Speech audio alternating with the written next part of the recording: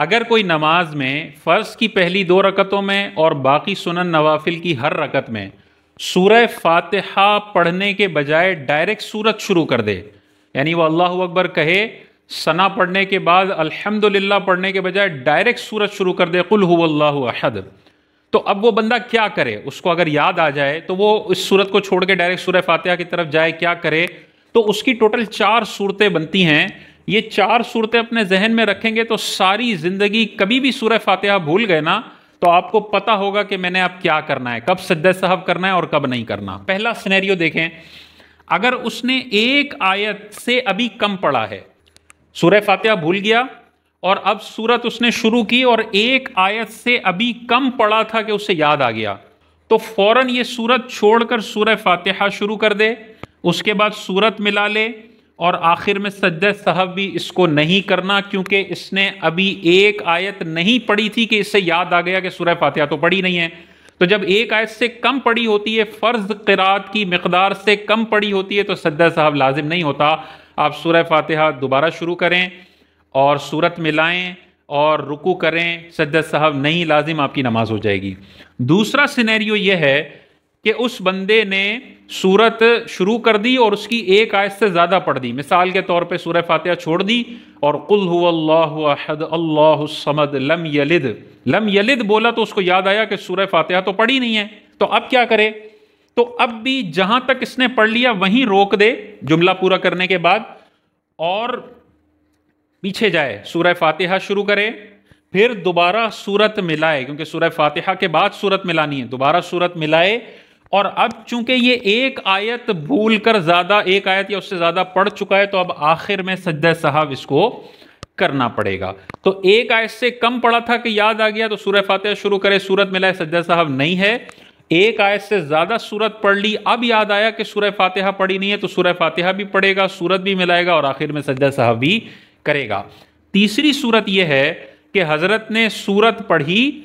कुल हुवल्लाहु अहद मुकम्मल की और रुकू में चले गए। अब रुकू में याद आया कि सूरह फातिहा तो पढ़ना भूल गया था, डायरेक्ट सूरत मिला ली थी। सजदे से पहले पहले अगर इसको याद आ जाए कि इसने क़याम में सूरत तो पढ़ी है लेकिन सूरह फातिहा पढ़ना इससे रह गई है, तो अब इसके लिए वाजिब है कि रुकू से या क़ौमे से दोबारा क़याम की तरफ पलट जाए। क़याम की तरफ पलटेगा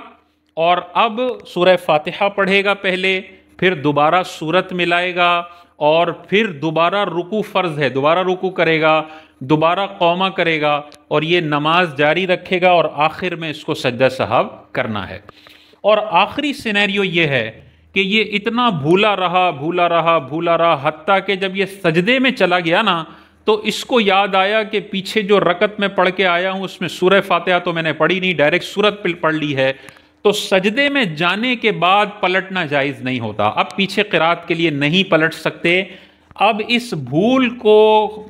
भूल का नुकसान ख़त्म करने के लिए सिर्फ आखिर में सज्दा साहब करेंगे तो नमाज बिल्कुल अदा हो जाएगी। तो खुलासा कलाम ये हुआ कि फ़र्ज़ की 2 रकतों में और बाकी नमाजों की हर रकत में अगर कोई बंदा सूरह फातिहा भूल कर डायरेक्ट सूरत शुरू कर देता है और एक आयत पढ़ने से पहले याद आ जाता है तो सूरह फातिहा पढ़े, सूरत मिलाए, सज्दा साहब लाजिम नहीं, नमाज हो जाएगी। एक आयत से ज़्यादा पढ़ता है और याद आ जाता है तो उस सूरत को छोड़े, सूरह फातिहा पढ़े, सूरत मिलाए और आखिर में अब सज्दा साहब करना पड़ेगा। तीसरा सिनेरियो यह है कि ये सूरत पढ़ के रुकू में चला गया, रुकू में याद आया कि सूरह फातिहा रह गई है,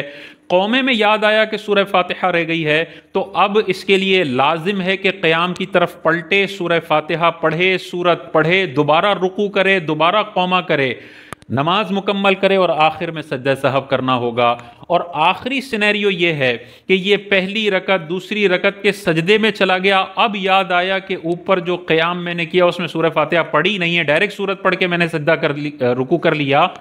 तो अब आखिर में सिर्फ सज्दा साहब है, अब पलटना इसके लिए जायज़ नहीं है, सज्दा साहब करेगा, नमाज बिल्कुल अदा हो जाएगी। इन 3 सिनेरियोज में अगर सज्दा साहब भी भूल गया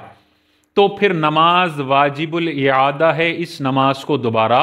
दोहराना पड़ेगा। और इस सिनेरियो में जब वापस पलटना वाजिब था और इसने कम इल्मी की वजह से समझा कि वापस पलटना कोई जायज़ नहीं है और इसने जानबूझ के नमाज को जारी रखा,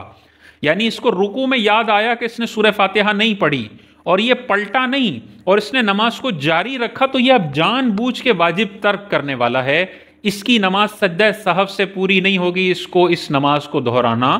पढ़ेगा, ये नमाज वाजिबुल इयादा हो जाएगी।